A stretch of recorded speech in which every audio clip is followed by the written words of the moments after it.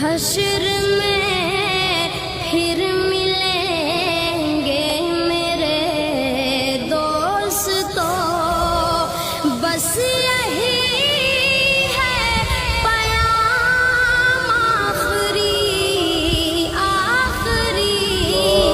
حشر میں پھر ملیں گے میرے دوستو،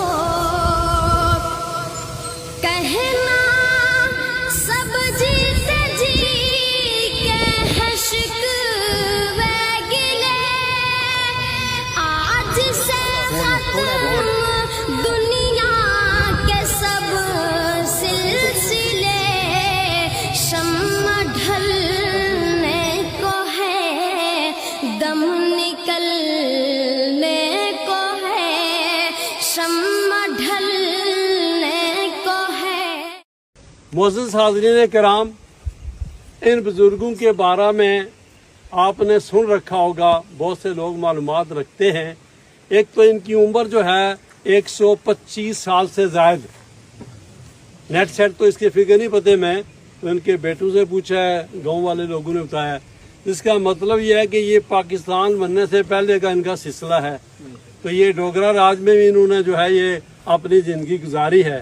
تو یہ اس اعتبار سے یہ سماجی طور پر تو سیاسی طور پر یہ بڑا جو ہے نا اپنا قد کاٹ رکھتے تھے، اور یہ اتنے دلیر آدمی تھے کہ محفل لگی ہو اس میں ہمارے گاؤں کے سرپنچ لوگ، بڑی دو برادریوں کے چودھری اور راجپوت کے نمبردار لوگ موجود ہوں، ان کے ساتھ یہ بڑی دیدہ دلیری کے ساتھ بات کرتے تھے، ان کی آنکھوں میں آنکھیں ڈال کر بات کرتے تھے۔ ان لوگوں کو ضرورت نہیں ہوتی تھی کہ محمد خان صاحب کی موجودگی میں ہم اپنی مرضی استعمال کریں۔ پھر انہوں نے یہ شکار بھی کرتے رہے ہیں۔ تو یہ محترم جعفری صاحب کھڑے ہیں، تصویریں بنا رہے ہیں، انہوں نے ان کا میرے خیال میں انٹرویو لیا ہوا ہے۔ انہوں نے بتایا تھا بزرگوں نے کہ میں نے نا غالباً 18 شیر جو ہے ان کا شکار بھی کیا ہے۔ یہ جنگل میں رہتے تھے، جنگل کے بادشاہ کے ساتھ بھی ان کی ٹکر رہی ہے۔ تو اتنے یہ دلیر آدمی تھے، تو بڑے اچھے انداز سے بڑے طریقے کے ساتھ یہ گفتگو کرتے تھے ہر بندے کو۔ جو ہماری عمر کے لوگ ہیں، میں بھی اس وقت الحمدللہ 67 ایئر کا ہو گیا ہوں، تو یہ ہمیں بیٹا کہہ کے پکارتے تھے۔ ان کا ایک اندازی گفتگو تھا۔ تو اس حوالے سے ان کے حق میں جو ہے نا وہ بڑی مجموعی طور پر جو ہے اچھی گواہیاں ہیں کہ انہوں نے جو زندگی اپنی کیسے گزاری ہے۔ اس وقت یہ بڑے کنبہ قبیلے والے تھے، بڑے خاندان والے تھے۔ تو برادران دین و ملت یہ چارپائی جو ہے یہ جاتے ہوئے یہ سبق ہمیں جو بتا رہی ہے کہ ہمیں بھی جو ہے اپنی موت کی تیاری کرنی ہے۔ محمد خان صاحب کی نماز جنازہ میں شریک ہیں۔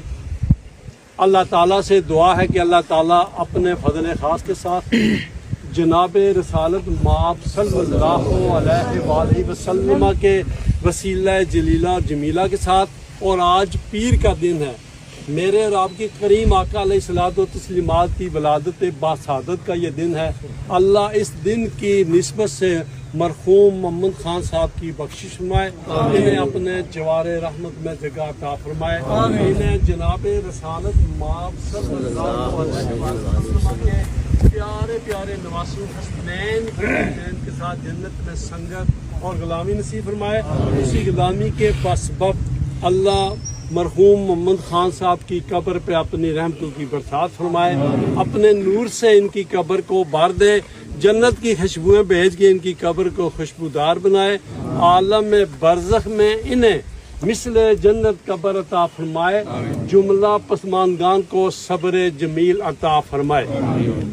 مشکور ہوں کہ اس گرمی میں، اس راستے کے اندر اور اس جنگل میں آپ لوگوں کی یہ جو تعداد دیکھ کر مجھے اس بات کا اندازہ ہوا کہ انسان نے زندگی جس طرح گزارنی ہے وہ یہ چیز، وہ یہ علامت میرے سامنے ہے۔ یہ میرے والد صاحب تھے، آج ان کی کمائی نظر آتی ہے۔ وہ لوگ جو بالکل کمزور تھے، بیمار تھے، مجبوری کے اندر تھے، وہ یہاں پر تشریف لائے۔ تو میں آپ سب کا مشکور ہوں کہ آپ نے قیمتی وقت نکالا اور یہاں پر آئے۔ اس کے ساتھ ہی ایک بات کروں گا کہ استادوں نے جب بات کر دی ہے تو مجھے تو اتنی طاقت نہیں ہے کہ یہاں پر بات کھڑے ہو کر کر سکوں۔ اگر زندگی میں میرے والد صاحب سے